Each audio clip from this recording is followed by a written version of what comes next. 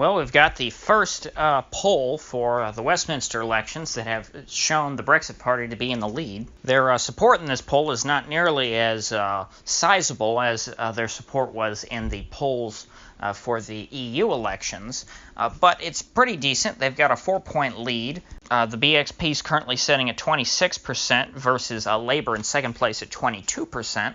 Now the Tories, a formerly major party in British politics, is sitting at 17%. The Tories are actually polling within the margin of error of the Liberal Democrats, who are sitting at 16% in this poll. And what that means is that basically they are so close that the Liberal Democrats may actually be in the lead. The poll is not that precise. And so as things sit right now, not only could we have the Brexit Party be the largest party in Britain, but we could also have the Liberal Democrats be larger than the Tories in Parliament. Now, Labour actually, they're not in as bad of a position as they look, because if you add up the sort of center-left parties, Labour, the Liberal Democrats, the Greens, who are sitting at 11%, and the SNP, the left-wing parties are over 51% in this poll. So although they are fractured, the left has by no means collapsed in Britain. And of course, all these parties are at least nominally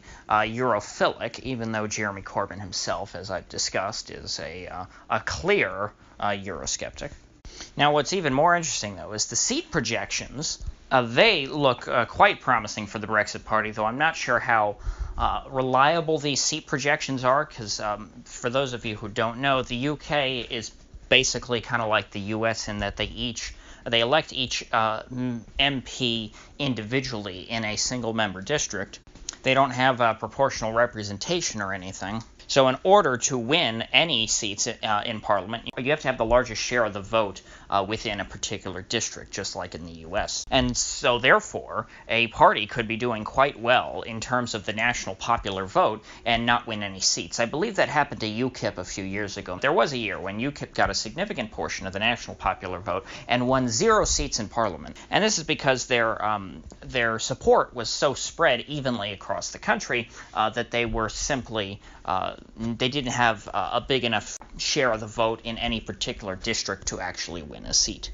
And so making projections of how many seats a party will win based on a national popular vote poll is rather difficult. But there are sites that do it, and one is Electoral Calculus.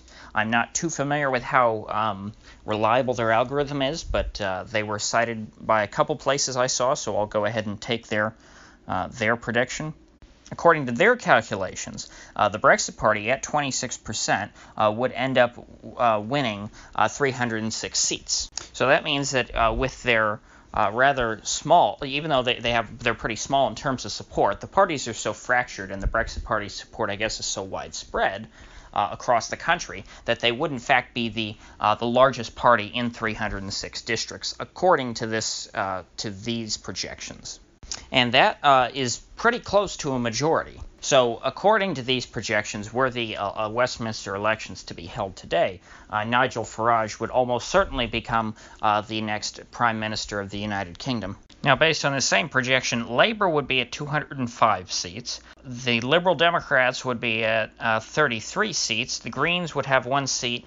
The SNP would, of course, have 56 seats. And that's because, lucky them, they have a very small percent of the popular vote nationally. But all that sentiment is, of course, concentrated in very low population Scotland. So electorally, they would end up being the largest party in a lot of districts. Now, of course, the Tory party, the Conservatives, would be absolutely decimated based on these projections. The Tories currently in Parliament hold 318 seats. They are the largest party by far. Now, according to these projections, the Tories would fall all the way down to 26 seats. And this has become because, based on this projection, most of the seats that the Brexit Party would pick up would be seats that are currently held by the Tories. Nearly every one of the seats that they would be able to swing away from them would be as a result of the Tories losing support in their own districts. Now, Labour, of course, is losing seats too, but they're losing more seats to the Liberal Democrats, I believe, than the Brexit Party. However, based on this, the Labour Party would still be losing a few seats to the Brexit Party. And so, as interesting as this is, I don't think that the Brexit Party has enough support in this poll to clearly say that they would, sweep the election as thoroughly as these projections may suggest. In the EU election, the polls way overestimated the Brexit Party's support. Now, the Brexit Party was still the largest party by a substantial margin, but it was not as big as the polls were suggesting. The polls in the last week of the election were showing the Brexit Party in the mid-30s, and it showed that they had upward momentum, which would suggest that they could have possibly gotten closer to 40%. Now, they ended up getting, in the low 30s, or around like 32%, which is significant in terms of, statistical averages. So the polls were somewhat wrong in, they weren't wrong in direction, but they were wrong in magnitude for the EU elections. So that might be the same case here. Perhaps, but although it's pretty close, 4 points is pretty close. So we may be looking at a closer race between the Brexit Party and the Labour Party than this poll may suggest. However, I think that it's very early still for the Brexit Party to have taken support away from the Tories. I think that the Tories will lose a lot more support once the next leader has been decided of their party. I think that if they go for anyone other than Boris Johnson, who at least seems somewhat bombastic and Brexit-ish, someone who really comes across as a strong Brexiteer, I think that the Tories will hemorrhage a lot more support to the Brexit Party, and the Brexit Party would easily be the largest party in the UK. And that's why I'm personally rooting for Michael Gove to win.